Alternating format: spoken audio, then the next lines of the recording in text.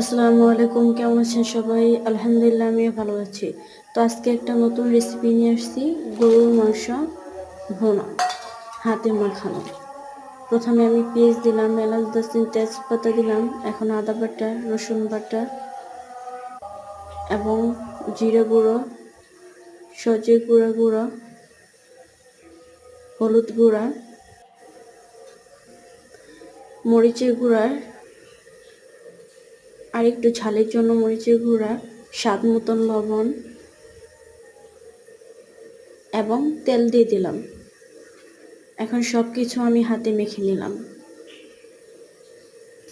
এখন জালটা ধরিয়ে মাংসটা সিদ্ধ হওয়ার জন্য বসিয়ে দিলাম। তো এই যে দেখেন, আমার মাংস রান্না রেডি। সবাই ভালো থাকবেন। আসসালামু আলাইকুম।